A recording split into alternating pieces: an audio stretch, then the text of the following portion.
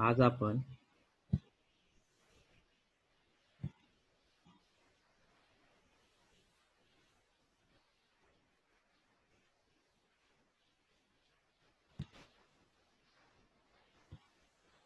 काय करतोय, जे काही principle of management topic number 1 organisation of commerce मधला आज आपण काय करतोय बघायला चालू करणार आहोत. आपण मागं पण एकदा बघितलेलं. आज आपण काय करणार आहे, रिव्हिजनसाठी तो चालू करणार आहोत. की जी काही आपली रिव्हिजन झाली युनिट टेस्टला जे काही आहे आपल्या ह्याला, त्यासाठी आपण काय करतोय आता त्याची रिव्हिजन म्हणून हा टॉपिक आपण काय करणार आहोत, घेणार आहोत. तर प्रिन्सिपल ऑफ मॅनेजमेंट ह्या टॉपिकमध्ये आपल्याला काय काय बघितलेलं आपण, की मॅनेजमेंट म्हणजे काय, त्याची इंट्रोडक्शन बघितली, मॅनेजमेंटचे डेफिनेशन बघणार आहे. तसंच nature of principle of management, की नेचर्स काय आहेत मॅनेजमेंटचे. तसंच सायंटिफिक ऑफ मॅनेजमेंट प्रिन्सिपल, की सायंटिफिक प्रिन्सिपल्स कुठले आहेत मॅनेजमेंटच्या, त्याच्या ज्या थिरीज आहेत. त्याच्यात 2 फेमस थिरीज आहेत मॅनेजमेंटचे. एक हेनरी फेयलची थिअरी आहे, जी ॲडमिनिस्ट्रेटिव्ह थिअरी म्हणून बघितली जाते, आणि फ्रेडरिक टेलरची एक सायंटिफिक मॅनेजमेंट थिअरी म्हणून आहे. तर अशा ह्या 2 थिअरीज आपल्याला काय करायच्या आहेत, ह्या टॉपिकमध्ये बघायच्या आहेत. अशा रीतीने हा एक छोटासा, की प्रिन्सिपल ऑफ मॅनेजमेंट आपण जे म्हणतो, की मला फ्युचरमध्ये MBA करायचं आहे. MBA म्हणजे काय, तर हे जे मॅनेजमेंटचे स्किल आपण इथं बघतो, ह्या ज्या थिअरीज बघतो, हे जे शॉर्टमध्ये आपण शिकलो, ह्याचं जे इम्प्लिमेंटेशन आहे ते किती ब्रॉडर वेमध्ये तुम्ही किती चांगल्या पद्धतीनं आणि डीपली अंडरस्टँड करण्यासाठी ती पुढची डिग्री. तर प्रिन्सिपल ऑफ मॅनेजमेंट म्हणजे काय, बेसिक, की तुम्ही जे काही मॅनेजमेंट करता, आणि मॅनेजमेंट अप्लाइड एव्हरीवेअर. तुम्ही 12वीचा अभ्यास जरी करत असला तरी टाइम मॅनेजमेंट आहे, की बाबा तुम्ही, किंवा सिलेबस मॅनेजमेंट आहे, तुम्ही कुठल्या सब्जेक्टला किती वेळ देता, कसा देता, कुठल्या सब्जेक्टला कशी प्रिपरेशन केली पाहिजे, काय प्लॅनिंग केलं पाहिजे, एक्झिक्युशन कसं असलं पाहिजे. ह्या सगळ्याचं प्लॅनिंग म्हणजेच काय, मॅनेजमेंट आहे. आणि हे जे प्लॅनिंग करण्यासाठी जे तुम्हाला बेसिक गोष्टी लागतात, जे अंडरस्टँड, जे काही प्रिन्सिपल्स आहेत, ते समजून घ्यायचं काम आपण काय करणार आहे, ह्या टॉपिकमध्ये पुन्हा एकदा करणार आहोत. तर जी काही इंट्रोडक्शन आहे, इंट्रोडक्शनमध्ये आपण सुरुवात करू. Principle of management.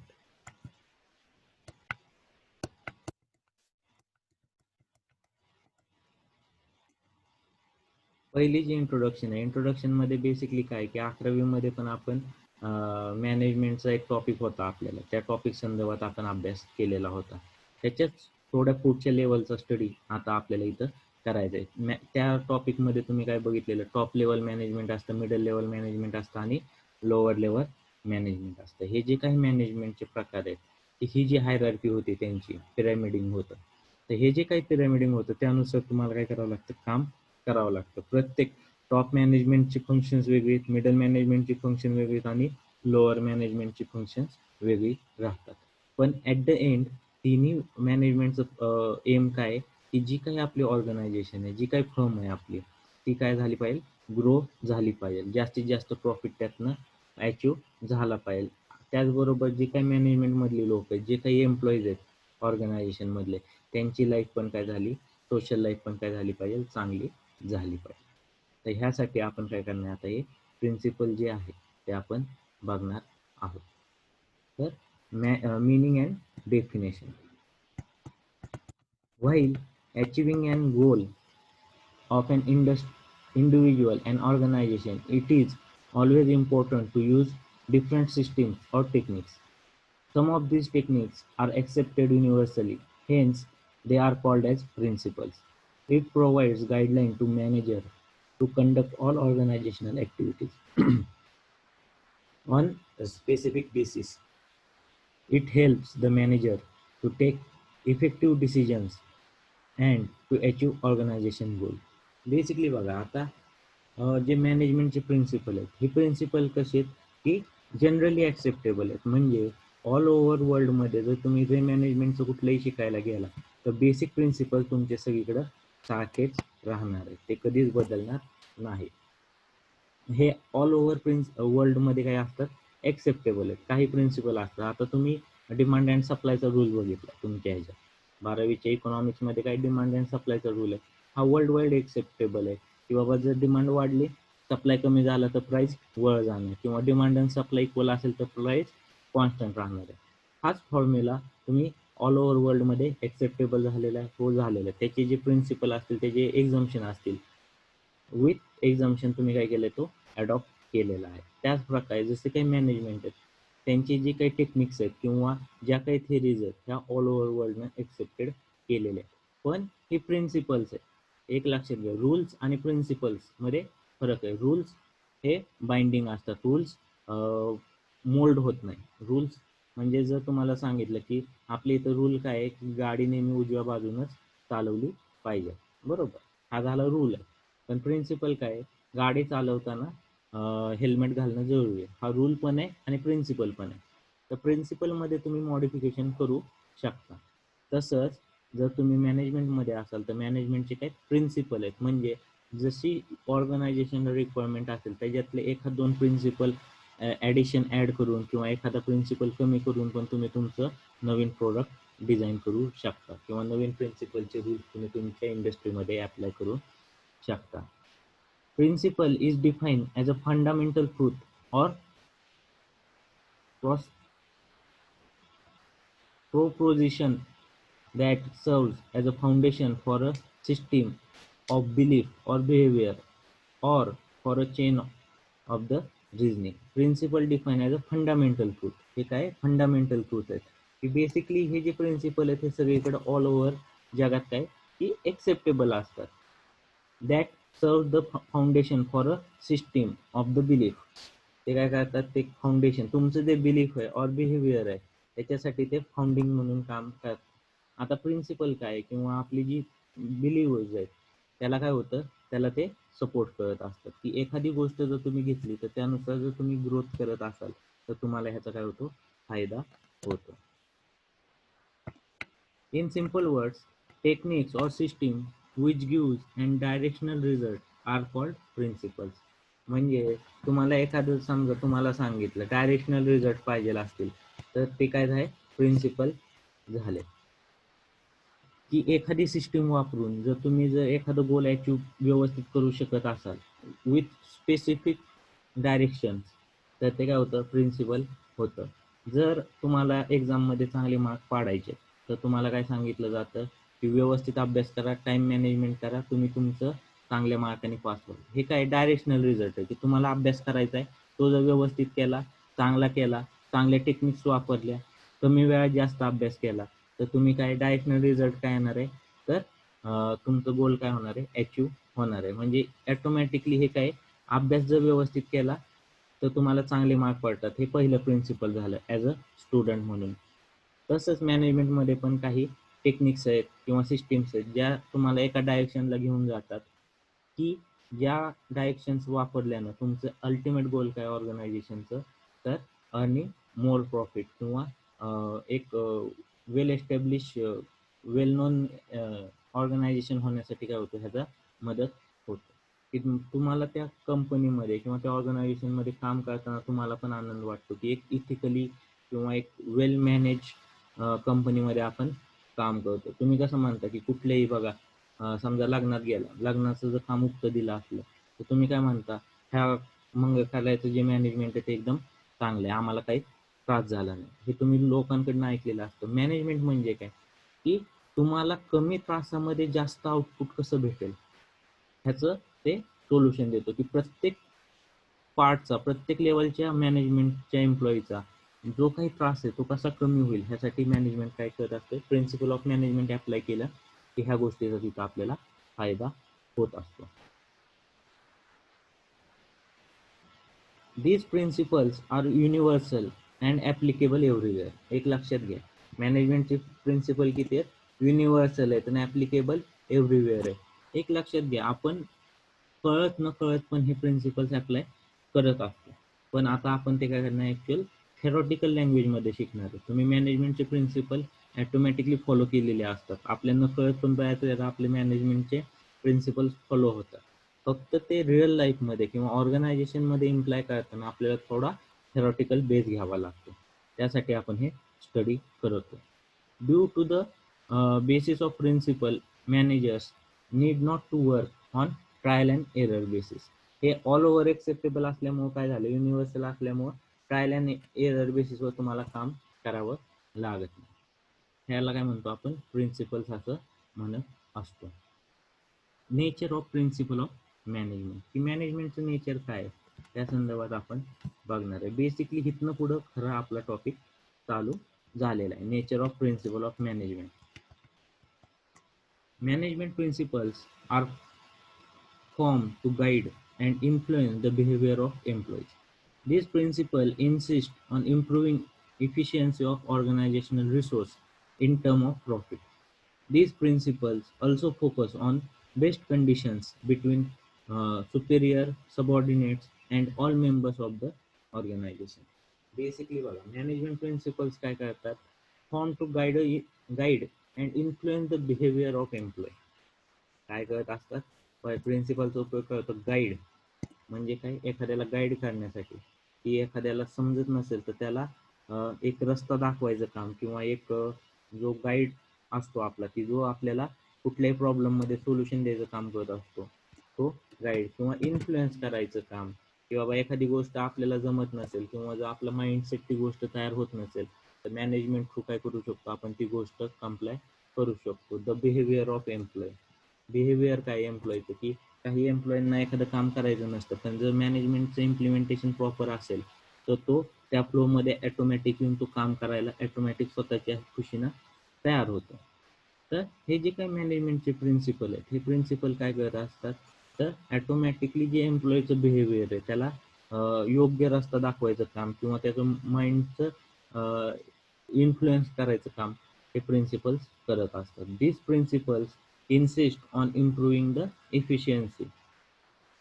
ह्याचा उपयोग काय होतो, इम्प्रूव्ह इफिशियन्सी होतो. आता मी जसं मगाशी तुम्हाला तुमचं उदाहरण दिलं, की जर तुम्ही चांगला अभ्यास केला तर चांगले मार्क पडतील, मग तुम्ही चांगल्या कॉलेजमध्ये जाताल. हे जे काही मी तुम्हाला आत्ता मगाशी सांगितलेलं, ह्यानं काय होणार, हे जे प्रिन्सिपल सांगितलं ते काय तुमच्या माइंडला इन्फ्लुएन्स करतं म्हणजे तुम्हाला एक उत्साह देतं, की हा मी अभ्यास केला पाहिजे, की मी ते जे काही गोल आहे, मला चांगले मार्क पाडायचे कारण मला पुण्यातल्या चांगल्या कॉलेजमध्ये ॲडमिशन घ्यायचं आहे, मला CA करायचं आहे, मला CS करायचं आहे. तर ह्या ज्या काही गोष्टी तुम्ही तुमच्या नॉलेजमधले जे काही गोष्टी असतील, जर चांगले मार्क पडले तर सगळ्या गोष्टी कुठे जर तरवर येऊन आपल्या इथं थांबतात. मग पहिलं प्रिन्सिपल काय, 12वीत तुम्हाला चांगले मार्क पडले तर तुम्ही पुण्याच्या कॉलेजला जाऊ शकाल.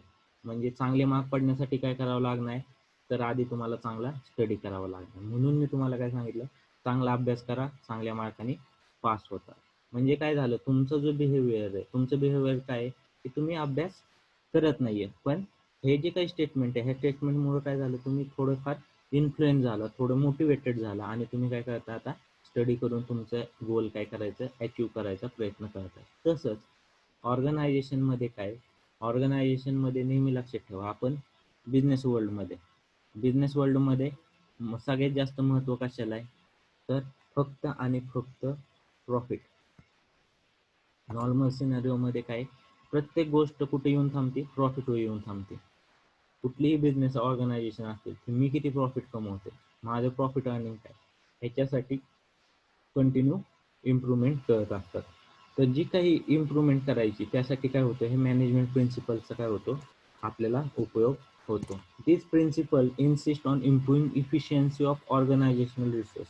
जे काही आपल्या ऑर्गनायझेशनचे रिसोर्स असतील, आपल्या ऑर्गनायझेशनमध्ये काम करणारे असतील, आपले डेटर्स असतील, क्रेडिटर्स असतील, एम्प्लॉय असतील, किंवा आपला सपोर्ट स्टॉक असेल, बँकर्स असतील, ह्या सगळ्यांचे जे काही प्रिन्सिपल जर आपले चांगले असेल तर आपली इफिशियन्सी इम्प्रूव्ह व्हायला काय मदत होते.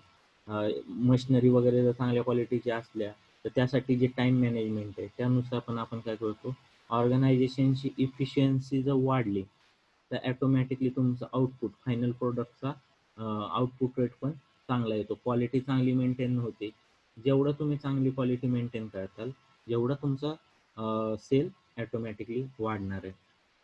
These principles also focus on best coordination between superior subordinates and the member of the organization. जे काही प्रिन्सिपल्स आहे त्याचं काय, कोऑर्डिनेशन, जे काही सुपिरियर मधलं सबऑर्डिनेट मधलं कम्युनिकेशन आहे आणि ऑल मेंबर्सची जी हेल्थ आहे की प्रत्येकाने प्रत्येकाशी व्यवस्थित राहिलं पाहिजे, त्यासाठी ह्याचा काय होतो उपयोग होत असतो. The nature of management principle given below. जे काही मॅनेजमेंटचे प्रिन्सिपल आहेत किंवा त्याचं जे नेचर आहे ते आपल्याला आता खाली डिटेलमध्ये स्टडी करायचं आहे.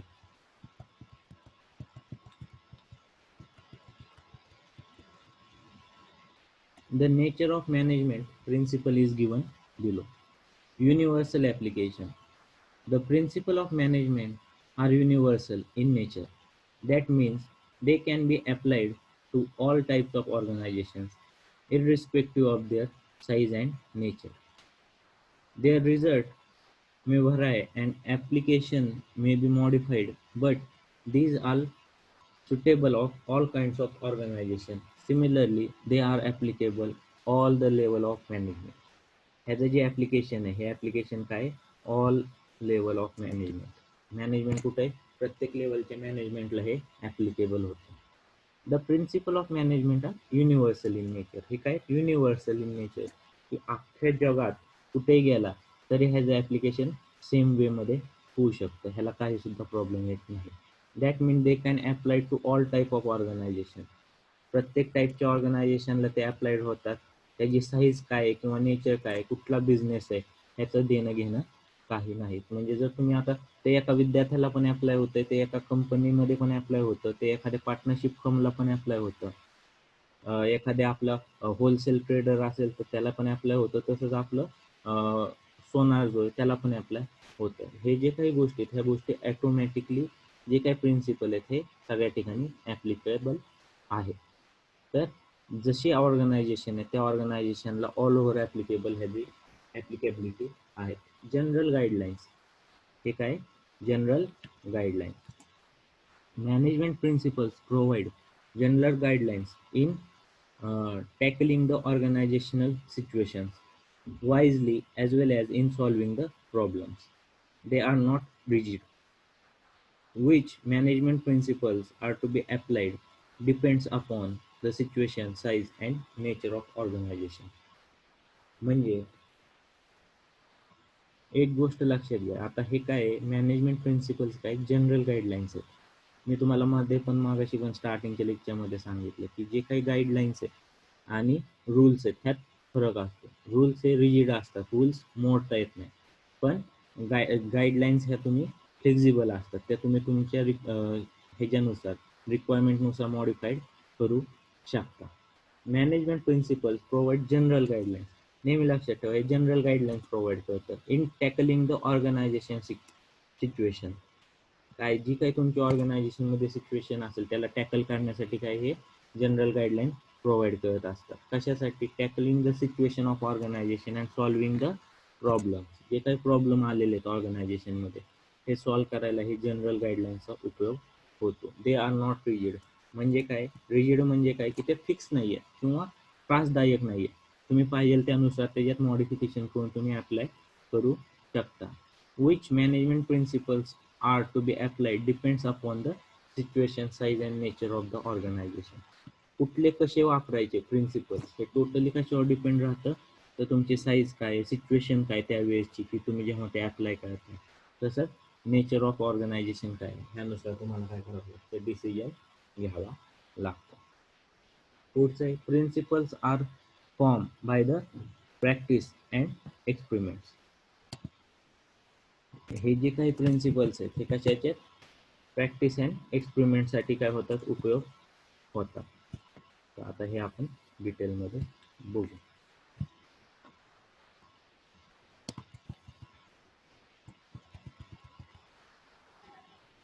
The management principles are developed gradually through research work. Systematic observations and experiments are conducted before developing them. The results of such experiments have been developed as a principle after its practice in organization. हे जे काही principles आहेत हे काय खूप त्याच्यावर research आणि development करून हे काय झाले आहेत at the end universally accept झालेले आहेत. ह्याचं सिस्टमॅटिक ऑब्झर्वेशन घेतलेत, बरेच एक्सपेरिमेंट केले आणि त्यानंतर हे डेव्हलप झालेले प्रिन्सिपल आहेत. त्यामुळं ह्याच्यात जास्त तुम्हाला एक्सपेरिमेंट किंवा काही करायचं असेल तर तुम्हाला कुणी ना कुणी त्या प्रकारचा एक्सपेरिमेंट करून त्याचे काय रिझल्ट आलेत हे ॲटोमॅटिकली तुम्हाला बघायला भेटतील. त्यामुळं तुम्हाला जास्त त्याच्यावर अभ्यास करावा लागत नाही. त्याच्यावर जर एखादी सिच्युएशन असेल, जर सोल्युशन पाहिजे असेल तर ते तुम्हाला ॲटोमॅटिकली भेटून जातं. चौथा पॉईंट आहे तो म्हणजे फ्लेक्झिबिलिटी. चौथा पॉईंट आहे flexibility. Management principles are flexible in nature. It means they can be changed or modified according to the situation. Managers can be flexible while implementing the principle to suit the requirement. The business situation keep on changing. Management principles can be adjusted or modified and can be used in the organization according to its need. म्हणजे काय, जे काय management principal आहेत ते काय flexible in nature आहे. जसं मी मागाशी पण सांगितलं की जे काय प्रिन्सिपल्स आहेत आपले ते काय फ्लेक्झिबल इन नेचर आहे. It means they can be change or modified according to situation. ते काय होऊ शकतात, मॉडिफाईड होऊ शकतात, चेंज होऊ शकतात. कसं, सिच्युएशननुसार. Managers can be flexible while implementing principle to suit the requirement. मॅनेजरला ज्यानुसार रिक्वायरमेंट असेल त्यानुसार तो काय करत असतो, त्यांना मॉडिफाय करत असतो. Business situation keep changing. Also the management principles are also changing. जशी सिच्युएशन चेंज होईल त्यानुसार तुम्हाला काय करावं लागतं की जे काही मॅनेजमेंटचे प्रिन्सिपल्स आहेत ते पण तुम्हाला हळूहळू त्यात मॉडिफिकेशन ॲडजस्टमेंट करावी लागते. म्हणजे असं नाही की तुम्ही एकदा मशीनसारखं की मशीन एखादी इन्स्टॉल केली की ती आहे तसंच काम करणार आहे, त्या फंक्शनमध्ये चेंज होणार नाही. तर प्रिन्सिपल्स तसे नाही आहेत. प्रिन्सिपल एकदा मशीन, तुम्ही जसा माणूस काम करतो, आज तो हसेल उद्या रडेल, तसंच प्रिन्सिपल पण त्यानुसार अकॉर्डिंगली चेंज होत असतात. सिच्युएशननुसार तो काय करत असतो, चेंज करत असतो. Behavior in nature. Management is a group activity. Management aim at achieving certain goal through a group of human beings. Management principles are designed to influence human beings. These principles control a group of persons and direct them to achieve their objective. जसं मी तुम्हाला आत्ता मागाशी just ह्युमनचं उदाहरण दिलं होतं की आपलं माणसाचं बिहेवियर जसं आहे त्यानुसार प्रिन्सिपल चेंज होतात. तर सेम इथंही तोच पॉईंट सांगितला आहे त्यांनी की जी काही ॲक्टिव्हिटी, मॅनेजमेंट ॲक्टिव्हिटी कोणावर अप्लाय होती तर ह्युमन बिंगवरती अप्लाय होती. ते काय करतो, management is a group activity. ह्या ग्रुपमध्ये कोण कोण येतं, top level to middle level management सगळे एकत्र कंबाईन होतात आणि त्या सगळ्यांचं गोल, अल्टिमेट गोल काय ते अचीव्ह करण्यासाठी किंवा जे गोल अचीव्ह करायचं असेल ते गोल अचीव्ह करण्यासाठी काय होते, मदत केली जाते. Management AIIMS at achieving certain goal through a group of management.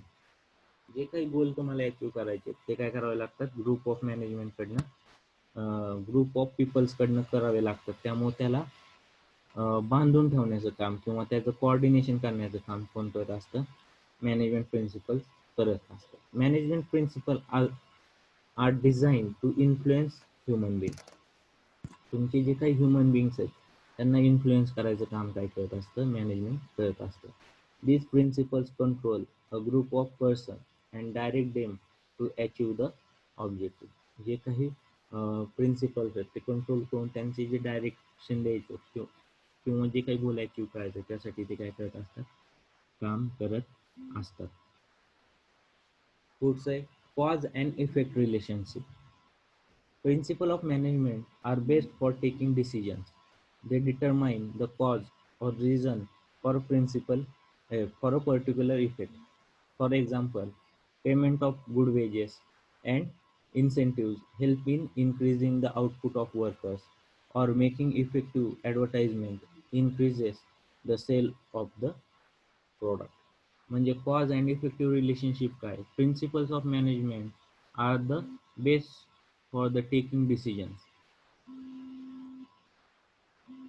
जे काही प्रिन्सिपल किंवा मॅनेजमेंट ते काय, टेकिंग डिसिजनसाठी तुम्हाला काय कॉज आणि इफेक्ट, जर समजा कारण आणि त्याचं सोल्युशन ह्याच्यासाठी ह्याचं काम केलं जातं. हे जे काही आहेत मॅनेजमेंट काय करत असतं की एखादा प्रॉब्लेम आला तो काय कॉज म्हणून ट्रीट केला जातो आणि त्याला इफेक्ट काय द्यायला पाहिजे की ज्यानं आपली सिच्युएशन व्यवस्थित होईल. त्याला सोल्युशन असं म्हटलं जातं.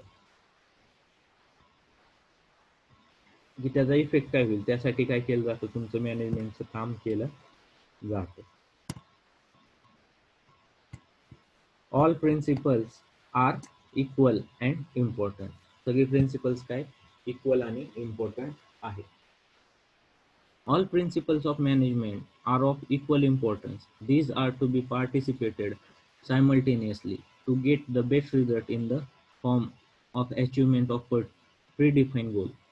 It, if any specific principle is focused more and other are not followed with the same focus, then it affects the working of organization. Management principles are the principle of a social science. The nature of principles of management is not absolute like a pure science, like chemistry, maths, with some modifications according to requirement organizational needs to apply the principles of management. Principle of management मधले जे काही principles आहेत हे equally important आहे. जर एखाद्या प्रिन्सिपलवर तुम्ही focus केला आणि बाकीच्या प्रिन्सिपल्सवर जर तुम्ही फोकस केला नाही तर ह्या केसमध्ये काय होऊ शकतं की तुम्हाला जो रिझल्ट पाहिजे, जे काही आउटपुट पाहिजे ते आउटपुट तुमचं काय होऊ शकत नाही, मिळू शकत नाही. तर त्यासाठी तुम्हाला काय करावं लागतं, फोकस करावं लागतं. It is a principle of social science. आपण जे सोशल समाजात राहतो ह्याचं ते सायन्स म्हणजे काय प्रिन्सिपल ऑफ मॅनेजमेंटचं त्याच्या त्या जनरल गाईडलाईन्स आहे. हे कोणासारखं नाही आहे, केमिस्ट्री मॅथ्स सारखं तुमचं नाही आहे की फॉर्म्युला बेस नाही आहे की फॉर्म्युला टाकला त्यात सोल्युशन फिगर्स टाकले की तुम्हाला आउटपुट आलं. तर तसं प्रिन्सिपलचे मॅनेजमेंट नाही आहे. ते पर्सन टू पर्सन व्हराय होतात का, तर ह्युमन बिईंगचं नेचर प्रत्येक ठिकाणी जी काही रिॲक्शन देणं ही डिफरंट लेवलची रिॲक्शन येऊ शकते. त्यामुळे हे सोशल सायन्स आहे, not a absolute pure science नाही आहे. आपलं जसं की बाबा H2O इज म्हणजे वॉटर, की 2 हायड्रोजन घेतले, 1 ऑक्सिजन घेतला की तुमचं पाणी तयार होतं. हा फिक्स फॉर्म्युला आहे, वर्ल्ड वाईड फिक्स आहे. पण एखादं प्रिन्सिपल एका माणसाला कसं सूट होईल तेच सेम प्रिन्सिपल दुसऱ्या माणसाला सूट होईल का, तर ह्या संदर्भात आपण सांगू शकत नाही. तोच रिझल्ट सेम येईल हे आपण सांगू शकत नाही का, तर हे सोशल सायन्स आहे. तर अशा रीतीने आपण काय बघितलं, आज पहिला पॉईंट आपण अख्खा बघितलेला आहे. तर कुठला पॉईंट बघितला आपण, तर आज आपण पॉईंट बघितलाय तो म्हणजे nature of principles of management. मॅनेजमेंटच्या प्रिन्सिपलचं जे नेचर आहे त्या संदर्भात आपण आता अख्खा पॉईंट बघितलेला आहे.